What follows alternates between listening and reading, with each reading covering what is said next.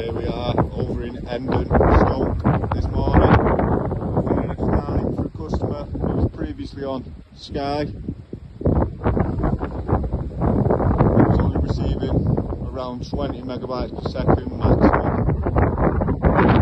Showed up 12 the 18 bracket, 3-foot mast. Line of sight, pole adapters. Wired it down, behind this down as well.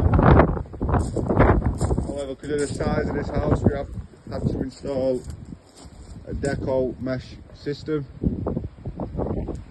with one hardwired cable right along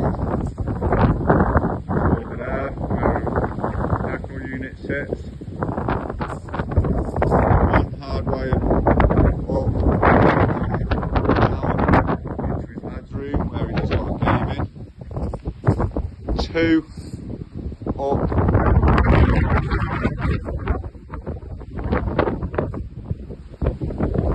back down the downspout over there. One goes along into his office / gym. One goes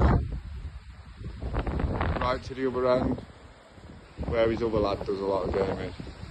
Customer's now receiving over 250 megabytes per second. Sharon and Phil, Space Internet Solutions.